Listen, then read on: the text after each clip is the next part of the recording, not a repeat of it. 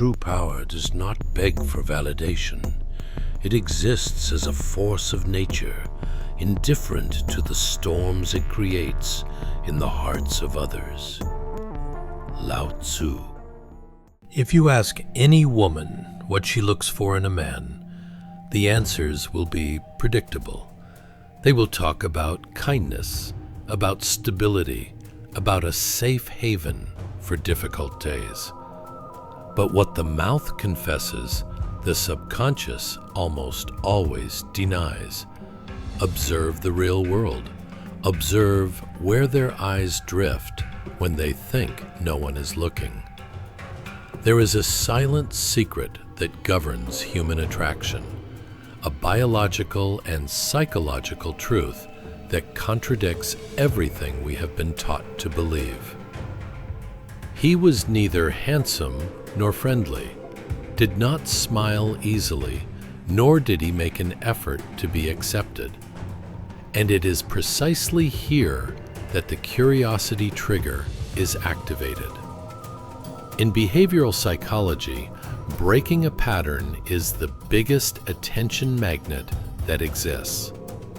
In an environment where everyone tries to please and perform virtues, the one who refuses to play this game becomes the gravitational center. But there was something about him that made any woman pay attention, even if she tried to hide it.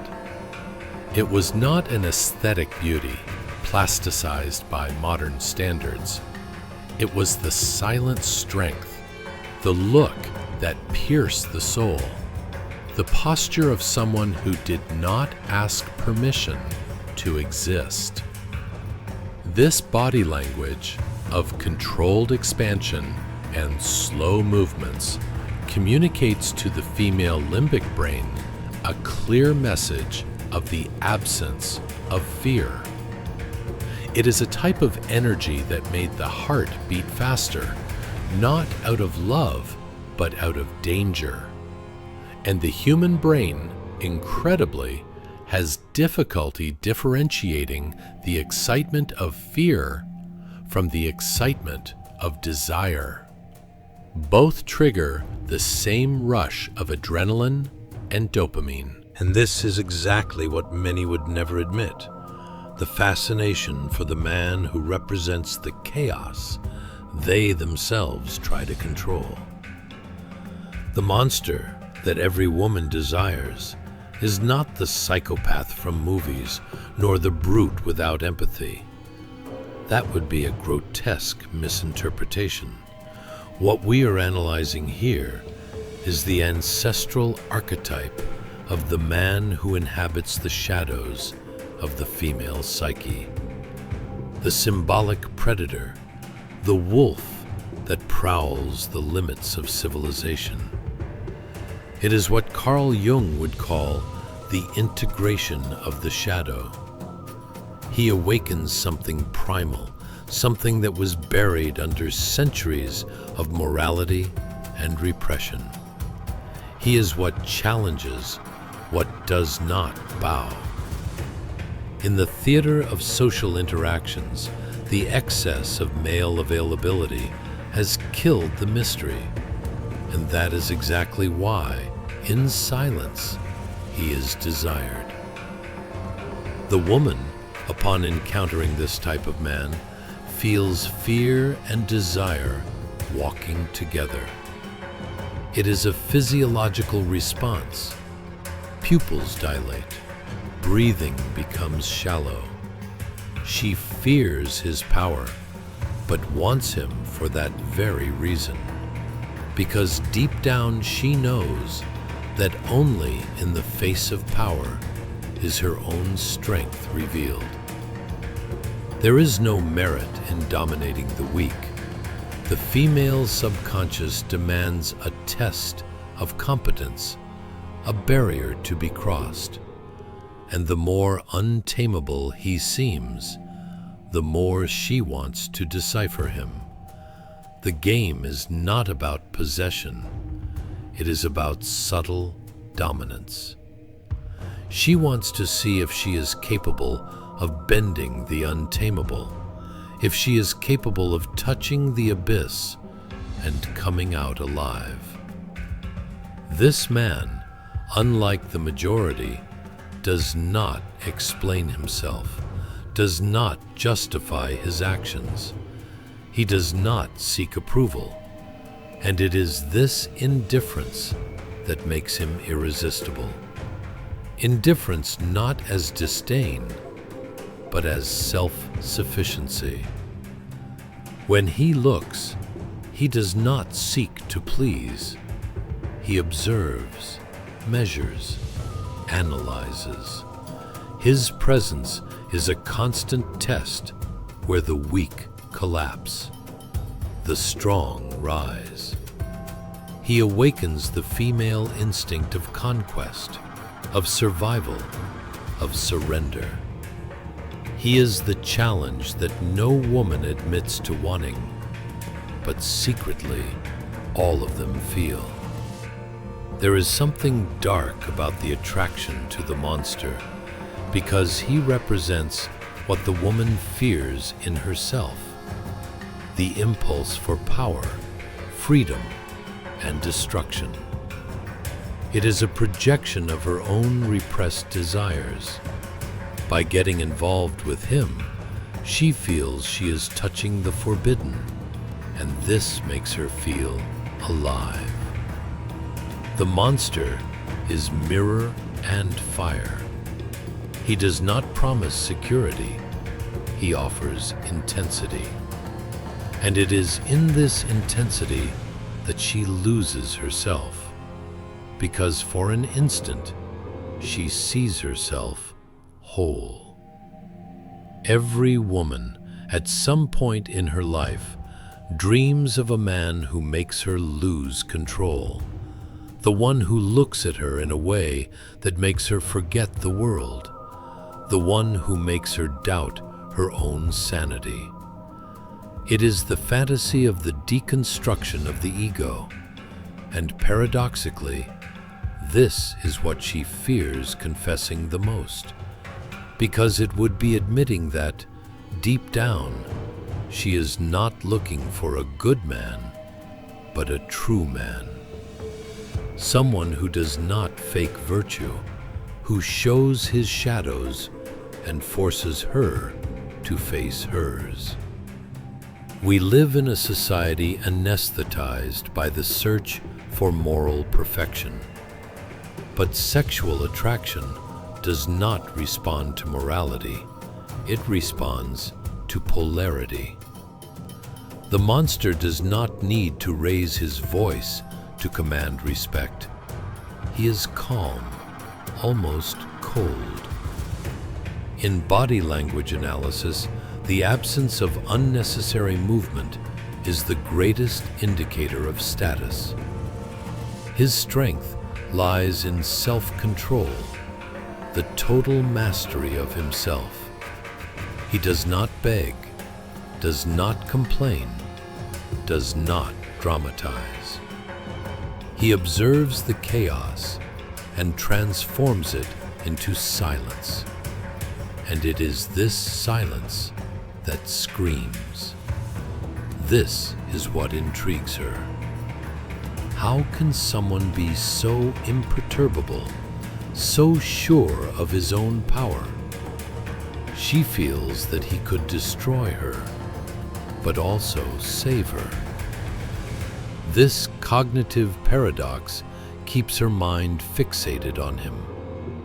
He is the man who does not need to prove anything because he already understands what he is.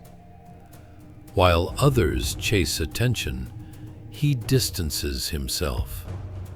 While others explain themselves, he just observes. This serenity makes him enigmatic. She tries to provoke him, test his limits, pull some reaction. But the more impassive he remains, the more involved she becomes. Because mystery is the fuel of desire. The monster is the opposite of what modern society preaches as the male ideal. He is not cute, not predictable, not domesticated. He is raw, direct, honest in his savagery. He does not promise stability, but presence. He does not offer routine, but intensity. He is the chaos that reveals the truth behind the mask of romantic love. And this truth is simple. Female desire is born from the contrast between fear and fascination. She can date the gentleman, marry the stable one, admire the protector, but it is the monster who will inhabit her dreams. The one who stares at her without mercy, who does not apologize for being what he is. The one who, with just one look, reminds her that she is alive. This is the secret that almost no woman confesses, and that few men have the courage to understand. The monster is the man who understood human nature in its rawest form. He knows that love, deep down, is a dance between power and surrender. There is no purity in this. There is instinct, there is fear, there is fascination. He does not deny this, he accepts it. While others live trapped in the illusion of forever, he lives in the present, conscious that desire is born of mystery, and mystery only exists where there is limit and risk. That is why he does not surrender easily. From an emotional negotiation standpoint, he holds the leverage. He leaves spaces, pauses, silences. He disappears without warning, reappears when he wants. Not because he plays games, but because he does not need to be there all the time. His absence is presence. He does not seek to control, but he does not let himself be controlled. He is the opposite of neediness, and this drives insane whoever tries to capture him. The woman feels she needs to conquer him, that she needs to prove something to be noticed, and that is where the game is inverted. The power is in the hands of the one who does not need. The monster awakens the hidden side of the woman, the side she hides even from herself. The one who desires to be dominated, not in the sense of submission, but of surrender. She wants to be taken, not because she is weak, but because she wants to feel the power of the other collide with hers. She wants to see how far her courage goes. She wants to be led out of control because she knows that ecstasy lives there, and the monster is the only one capable of taking her there because he himself inhabits the limit. He is not cruel, but he is dangerous. His danger is not in hurting, but in revealing. When she faces him, she feels the internal mirror break. He does not compliment her, he strips her with his gaze. He does not say what she wants to hear, he says what she fears listening to. This is what makes him irresistible. He is the living confrontation with everything she denies. There is something almost spiritual in this type of attraction. It is as if, for a moment, the roles of life dissolved. She stops being the good woman. He stops being the bad man. Both become strength and vulnerability at the same time. She touches his abyss. He touches hers. There are no promises, only presence. And as much as it hurts, there is a strange form of liberation in this. The monster does not want to be loved. He does not need to be understood. He is whole, even in silence.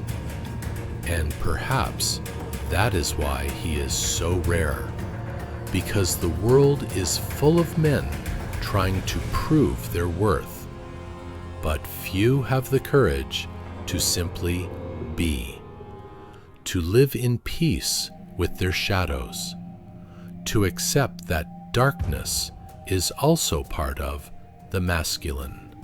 This type of man does not mold himself, he imposes.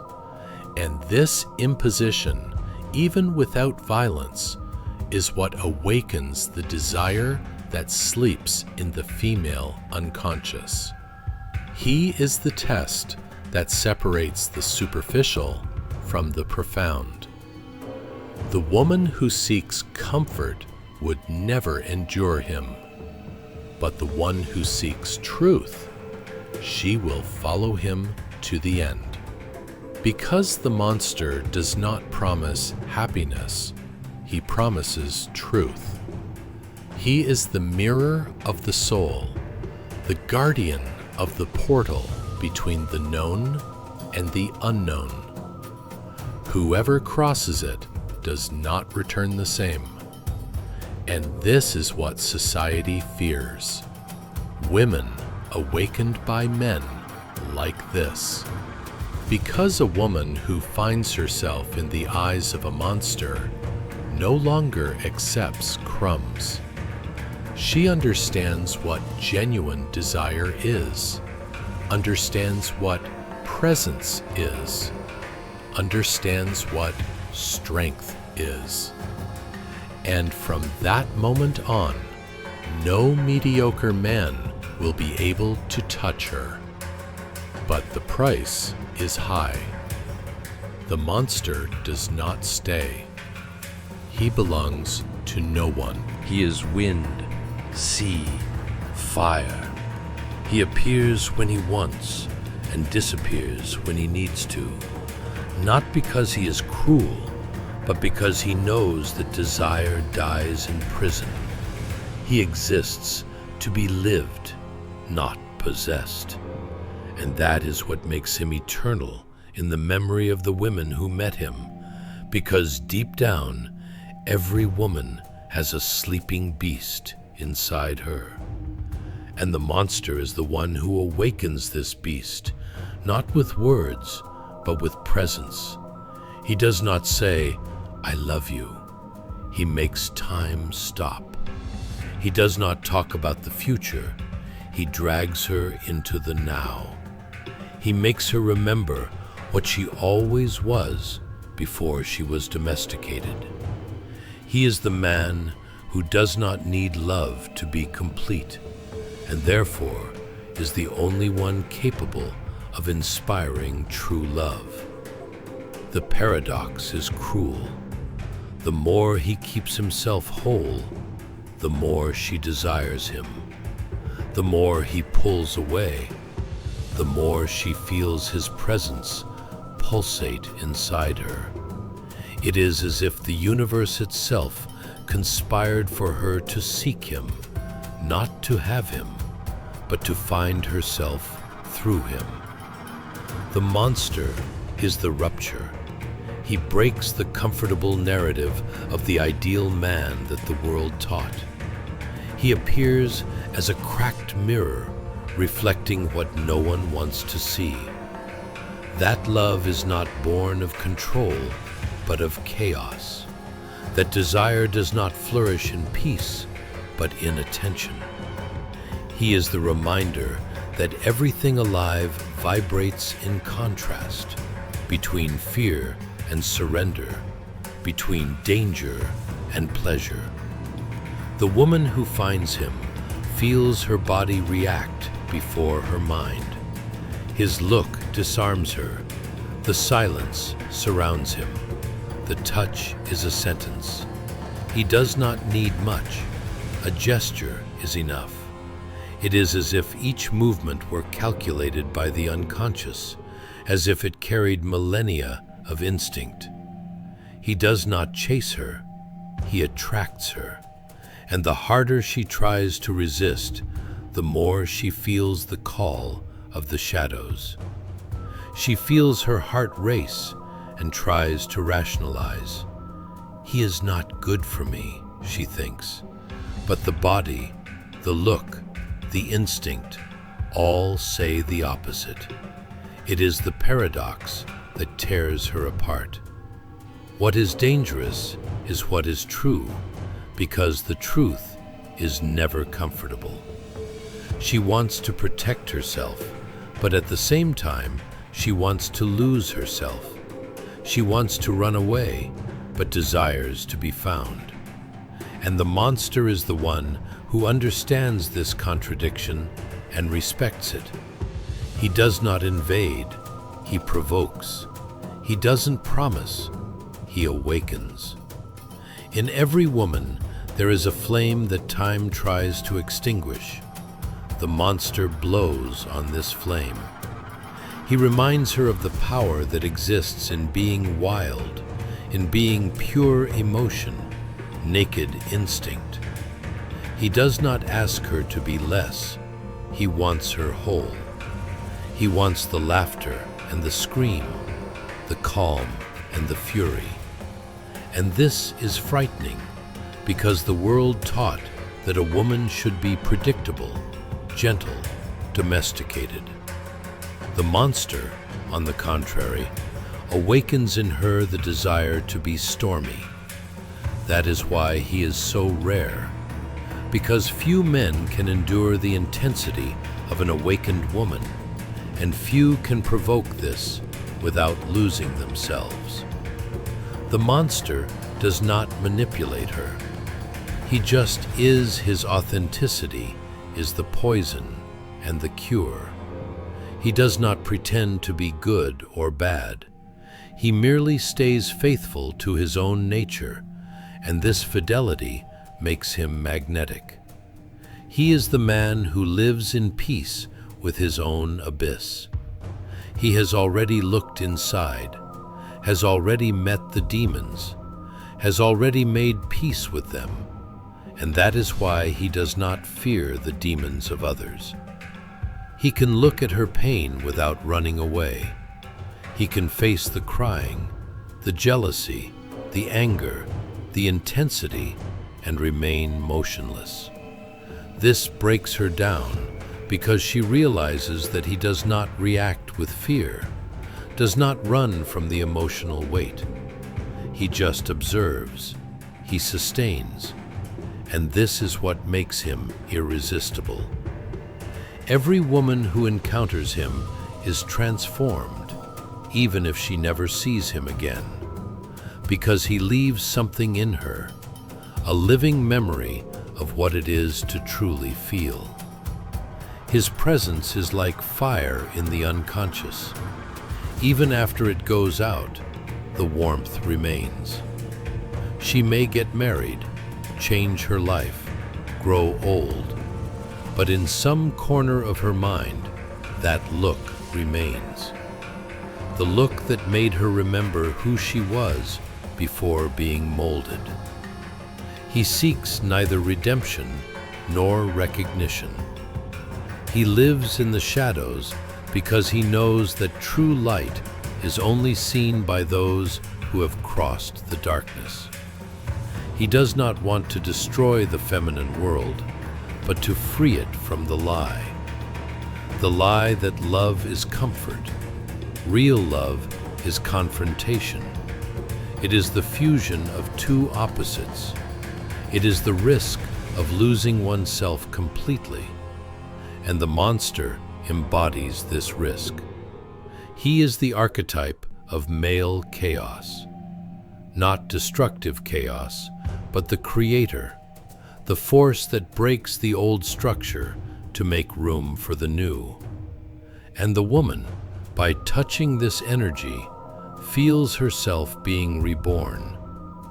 That is why she desires it, even without understanding, because it awakens in her the memory of the original power, the power of creation, the same power that is born from the darkness of the womb, of the night, of the moon. He is the man who does not speak of spirituality, but lives like a ritual. Every act is presence. Every word is vibration. Every look is an invitation to transcendence. The woman feels that with him, even silence is sacred. And this is what frightens her, realizing that he is more real than anything she knows, that he sees right through her, that the game is over before it even began. She tries to run away, but he does not follow her. He doesn't need to, because true power does not chase, it waits. And deep down, she knows she will end up returning, not out of dependency, but out of curiosity, because the mystery is unbearable, because the desire for the unknown is stronger than the fear of pain. Deep down, the monster is just the most sincere reflection of the male's soul, the one that time has tried to hide under promises and social filters. He is not the villain of stories. He is the archetype of the awakening, the man who carries the weight of his own shadow and yet walks with his head held high. This is what sets him apart. He knows the evil within himself, but he masters it. And it is precisely this mastery that awakens respect and desire. The woman feels she is facing someone who does not need to prove goodness to be good. He does not need approval, does not need to seem trustworthy. He is. His energy speaks before words. When he enters a place, the air changes. People feel it. There is something ancestral there, something that transcends appearance. It is instinct, recognizing the invisible hierarchy of the soul, and she, even without understanding, surrenders. He is the man who carries the peace after the war. The look that has seen hell and survived is the type of presence that awakens the feminine, not through sweetness, but through truth. Because what women seek most, although they rarely know how to say it, is not a man who protects them from the world, but a man who challenges them to face it. The monster does this. He does not hide her from pain, he pushes her into it, and it is there that she transforms. The modern world tries to deny this desire. It fills women's ears with stories of gentle princes and safe loves, while the unconscious screams for something wilder, more alive, more dangerous. The female soul, in silence, yearns for the touch of the man who does not pretend to be civilized, who faces her as an equal, who challenges her, who dominates her with respect and leaves her free with intensity. Because it is there, between strength and vulnerability, that the truth is born. The monster does not promise eternal love. He offers presence, does not swear fidelity, delivers truth. He does not fall in love with the masks, but with the chaos that exists inside her. He wants the woman raw, whole, alive. He wants the look that challenges, the laugh that cuts, the desire that burns. He does not want a perfect companion. He wants a soul that can bear him. And this, for many, is the most secret desire of all. Because the monster is not the opposite of love, he is the origin of it. He is the fire that ignites the impulse of life. Without the monster, love becomes routine, predictability, death in slow motion. With him, love is risk, fall, rebirth. And even if it brings pain, it is a living pain that transforms, that awakens. The woman who tastes this never settles for the lukewarm again. She begins to look for presence in every glance, truth in every gesture. And that is where the cycle is completed. The monster awakens the wild feminine, and the awakened feminine makes the monster bow before the beauty of life. He does not seek to control her because he knows that only freedom makes her magnificent. And she, in turn, does not try to domesticate him because she understands that his savagery is the mirror of her own soul. Together, they become the balance between heaven and hell, between light and shadow, between love and the abyss. The world, however, cannot bear this. Society fears the man who does not submit and the woman who awakens, because both are untamable, cannot be manipulated, do not follow patterns, do not fit into happy-ending stories. They are what they are, living forces of nature. The man who does not fear his own abyss, and the woman who dances at the edge of it. That is why the monster remains a secret, a desire kept in the deepest layers of the female unconscious. She dreams of him, imagines him, feels him in unknown glances, in memories that she does not know where they come from. Perhaps he will never exist in flesh and blood. Perhaps it is just the echo of something the soul recognizes. But the desire is there, latent, ready to wake up when the right wind blows and when she finally finds him. It does not matter if for an instant or for a lifetime, she will know, because nothing else will seem enough.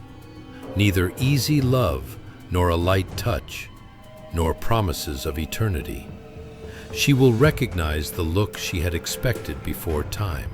She will feel her body tremble, the world stop, and she will understand. This is the monster, not the one who destroys, but the one who awakens, the man who belongs to no one, but who marks all who touch him. And in the silence of the night, when no one else is listening, it is for him that many sigh, not for the man who loved them, but for the one who made them remember they were alive. He always returns in silence. He does not need to knock on the door, nor announce himself. The monster does not arrive. He emerges. He appears in the eyes of a stranger, in the memory of a touch, in the dream that makes her wake up panting. He lives inside her now. He is no longer a man. He is an echo, a pulsating archetype, an energy that crosses time and wears new faces. What she felt for him was not passion, it was recognition. She recognized in him her own chaos, her own shadow, her own power. And since then, nothing was the same. The following men seemed too soft, too fragile, too predictable. They spoke of love, but she felt absence. They spoke of the future, but she felt fear. Because after looking into the eyes of the monster, the rest of the world seems made of paper. She tries to return to normality, but normality is now a cage, and his silence echoes like a distant call. The monster does not need to be present to dominate. He lives like a sacred ghost in the memory, a force that awakens the desire for the truth. And the truth is cruel. What she calls love is almost always an escape from loneliness, from the mirror, from her own intensity. But the monster does not escape. He remains. He forces her to face herself, to strip herself of the fantasy, to bear her own depth. And this is what frightens most, realizing that he saw her whole, and even so, he did not stay. But perhaps that was the purpose. He never came to stay. He came to open the wound that heals, to break the spell of comfort, to break the walls that separated her from herself. And she, without realizing it, gives thanks, because within his absence blossoms her presence. He set her on fire so that she could be reborn from the ashes. The monster is not romantic, he is initiatory. He is the rite of passage between illusory love and conscious love. He shows that true desire is not about possessing, but about waking up. That real passion is not about control, but about surrender. He teaches the woman that there is no beauty in fragility disguised as virtue, that true beauty is in bearing the intensity without running away from it. She remembers his look, that look that stripped her without touching, that made her tremble without a gesture.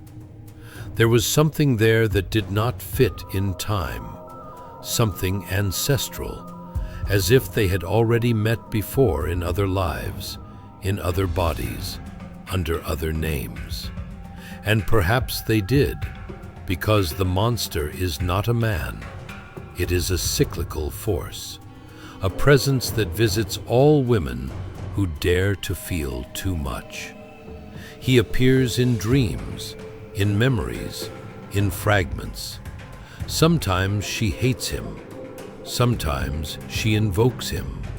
Sometimes she curses him for having marked her so deeply.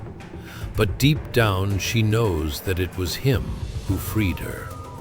He showed her that love is not made of promises, but of presence, that desire is not a sin, it is a divine language, that the danger is not in feeling too much, but in living by half. And now she walks differently. Her look is calmer, but deeper. Men desire her, but few can handle her, because the monster touched her, and his touch is an invisible seal. She carries in her body the perfume of intensity, the look of someone who has already crossed the fire and did not get burned. And those who do not know this fire fear her. They say she is cold, distant and mysterious, but she has just become whole.